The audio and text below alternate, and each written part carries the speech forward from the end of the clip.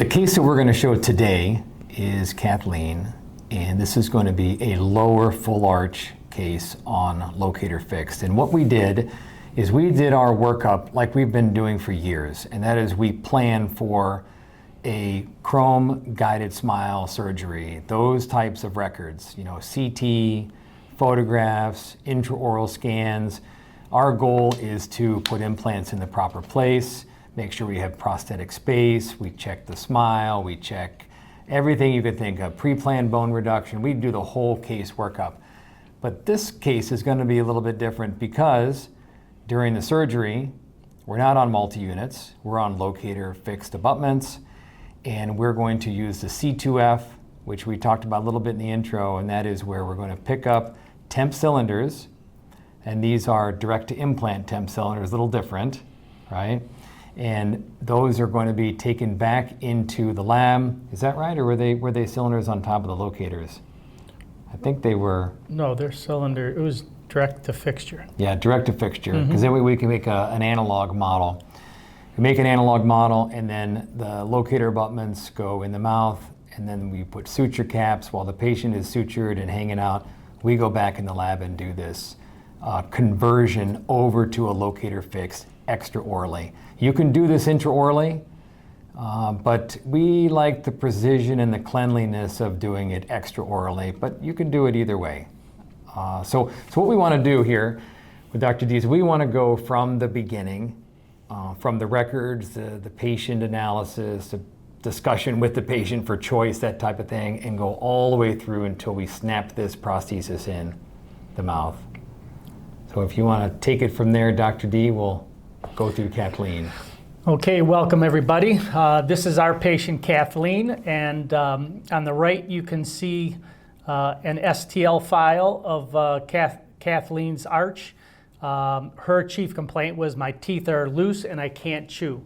Now, we can do these cases either analog or we can do them digital, or we can use a combination of the two workflows. In this case, you'll see that I had to do for the upper arch analog workflow because her upper teeth were so loose that just an impression alone would displace these teeth, and it would give us an inaccurate record and not allow us to have an accurate bite or mount these casts. So here's Kathleen. She's 60 years old, and her medical history is that she has high blood pressure, asthma, rheumatoid arthritis, an artificial hip, recurrent headaches, and she smokes half a pack a day. Now, we tell Kathleen that she needs to stop smoking in order to make this a predictable healing experience.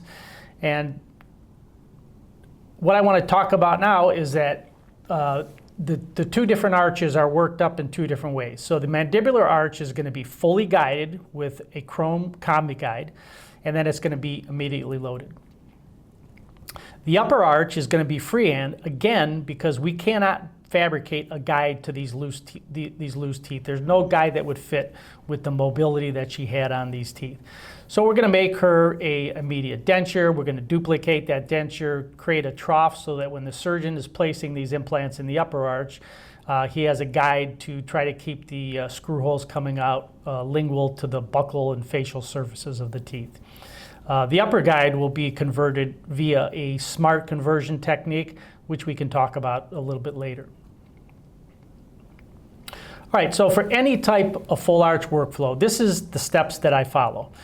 From a case workup, to the diagnosis, to treatment planning, to presenting treatment options to the patient, planning the case surgically and prosthodontically. We go to the surgical execution, we do our provisionalization, we create our definitive prosthesis, and then we finally go to the maintenance of the patient to maintain that prosthesis for long term. I call this meticulous interdisciplinary collaboration. Okay, now, one of the things that I see today in dentistry is where there are people that are doing full arch cases who really don't want to own the case. And when I say own the case, that means being able to go through the workflow, doing the proper workup, working with your laboratory and your surgeon so that everything will go predictably. And there's certain things that I see that cause these cases to fall apart. And that's when a dentist has a one-size-fits-all philosophy, meaning they're trying to fit their patients into some certain procedure just because they learned how to do it. We should look at these patients from a patient-centric standpoint, and we should be able to present them all the different options and then ultimately do what's best for that patient.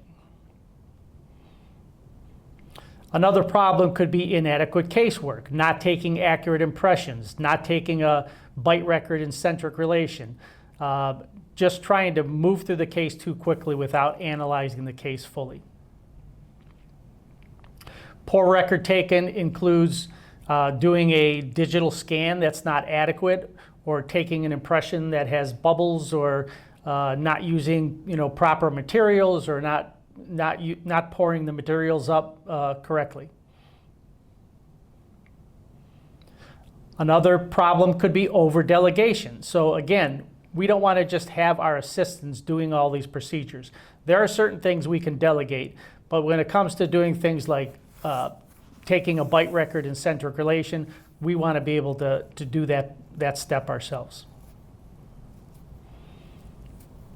And lastly, abdicating control to the lab. Let's not force our lab to be the dentist. Let's work in conjunction, give them detailed instructions, and then have them follow our instructions rather than having them drag us through this. We want to be able to complete a proper diagnosis, give them the records, and then instruct them in the directions that we want to go, using them as a help in using their experience to discuss certain parameters of the case. Okay, so let's talk about the case workup. So the first step is always, just like any other patient, to take all your records. Do your medical history, oral cancer screening, evaluate the TMJ, assess the patient whether centric relation and centric occlusion are equal, chart the existing conditions of the dentition, do a periodontal examination, take your appropriate x-rays, and then do your photographs and your impressions, FACEBO, and your bite registration. I'm always very, very in tune with making sure that we have a record of the patient's existing dentition.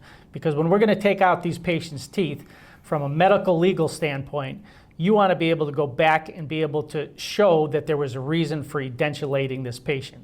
These patients are spending a lot of money. Their life can be changed in a positive or negative direction, and we want to make sure that we have diagnosed the patient and verified that this is a patient that should have their teeth extracted. We're going to chart our existing conditions. We're going to take our proper radiographs. And in this case, you can see that our patient Kathleen has generalized bone loss. She's got shifting of teeth. She's got mobility of her upper anterior teeth. She's got decay. She's got deep pocket depths. And one of the things that I see commonly today is that doctors don't do a complete workup. And sometimes they just look at a couple specific things, and these are important. So the level of trophy of the bone, the quality of the bone, the position of the vital anatomy, and patient risk factors. Those are all important things to evaluate.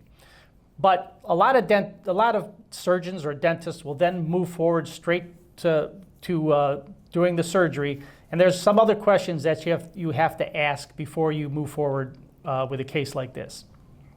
So has this high smile line been determined? Will a flangelless prosthesis give the patient adequate lip support? Does the patient have parafunctional habits?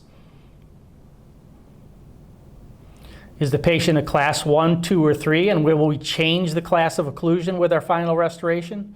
Will the incisal edge position be changed, or will the midline be changed? And has the patient been given all of the treatment options necessary to make a final decision? Lastly, will the vertical dimension be open? So here's our case workup. We're going to take photos. We're going to take videos. We're going to do an intraoral scan or analog impressions, and we're going to take a CBCT. Then we're going to download this information into some portal, such as SmileCloud, or in Rose's instance, they have a portal that you can download all of the information you need to work this case through its entirety. And in essence, we're creating a virtual patient from all of these records that we've taken. So here's Kathleen, and see, these are some of the photos we like to take. We like to take a full facial photo in repose with a natural smile, and then with the exaggerated smile. And we want that exaggerated smile because we want to make sure that we know where that high lip line is. Sometimes these patients are hesitant to smile, and sometimes you have to use your video recordings and kind of get them laughing and smiling and then taking little still shots from your videos. But we need all this information to plan her case, to plan the prosthetic position, and move the case in a forward direction. Can I mention something on the photos? These photos are very good, and one of the reasons is because the patient is standing up against a wall. They're not lying down with the camera over the top of them looking down, because a few things happen there. Gravity, you know, I mean, her lips, her cheeks, things are going to move just because of gravity, and you're not going to get an image of how the world sees her. So she should stand up.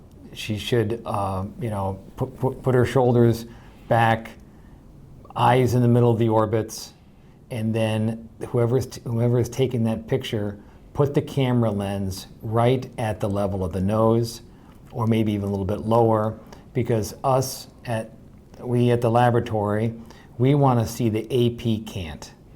And often we cannot see it at all. And the AP cant with these smiles, when we superimpose these smiles over the STL files, we need to see that 12, 15, 20 degree AP cant so we can do a proper setup. A lot of these cases are double arch, and we have a lot of leeway, a lot of autonomy on where we can set these teeth. We can make them ideal for the face. So if you just take an extra second to make sure that camera is right in the middle of the nose and then snap away, these pictures will be even better. I mean, just like this, they'll be perfect pictures, and we can do an even better job. Yes, now these photos are very important in terms of planning the position of the implants, because before we plan the implants, we want to plan the position of the teeth. So the frontal photo straight on will let us determine whether we want to make the teeth longer or shorter. And then the profile view will give us the anterior-posterior position of the teeth. You want to see if those incisal edges hit the wet-dry line of the lower lip when she's saying 55 or F sounds. And that way we know if we want to move those teeth in any direction before we start planning our implants. And often when we're doing these presentations, the hand will go up and say, well, what about face scanners? You know, can I do all this with a face scanner? And some of the face scanners, yes, maybe, but the detail around the lips and the detail of how the teeth are interacting with the lips, it's really still tough to pick it up with a face scanner. And static images taken really well with a profile image is going to tell us lip support, and it's going to tell us tooth position in relation to the face. And so for the laboratory at this point, static photos are perfect. So I'd just like to throw that in there, because I know it always comes up. Should I be investing in a face scanner? And I say you can, but for us it's really not necessary for tooth arrangement.